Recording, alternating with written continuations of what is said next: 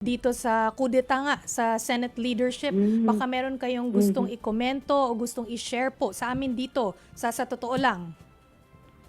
Well, babalikan ko lagi yung sinabi ni dating Senate President Tito Soto nung tinatanong siya noon bago yung nangyaring kudeta dahil marami na ring ugong noon.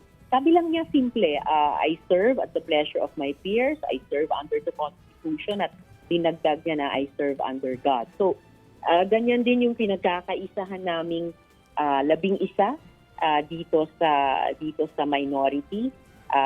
Kaya nga nagbigay daan kami dun sa Senate change of leadership nung panahong iyon. At kami ngayon ay solid na isinusulong yung tingin naming mga dapat na trabaho. So in that same spirit, yung privilege speech kanina at manifestation. So gusto pa rin namin isulong yung mga panukalang batas na para talaga sa mamamayang Pilipino, lalo na sa gitna nitong nagpapatuloy na giyera sa Middle East at oil crisis. Sinusulong namin yung mga investigasyon, madagdag na itong investigasyon sa mga nangyari nung nakaraang linggo. Kami po ay in a few months magdedebate ulit para sa isang mas transparent at accountable na budget. At ngayon pa lang, dahil constituted na yung impeachment court, nanumpa na kami bilang senator judges, naghahanda na rin po kami para sa trial proper. Okay po yun. Pero follow up lang ako, Senadora Risa, ha. Before itong tanong na to, pinapakita namin yung chart ng ng alignment po ng minorya at saka ng mayorya.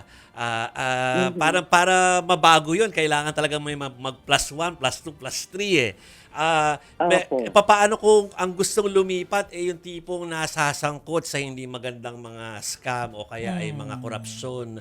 Katanggap-tanggap ba ito personally po sa inyo? Well, dahil wala pang ganyang concrete na possibilities at if ever magkaroon noon pag-uusapan namin ng masinsina naming 11 sa minority.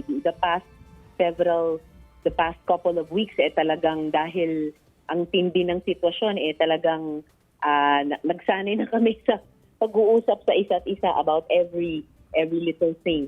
Kung may mag-materialize na ganyang scenario, pag-uusapan namin ng matindi para makapag-desisyon based on our own principles and based on yung mga nakikita naming importante para sa Senado.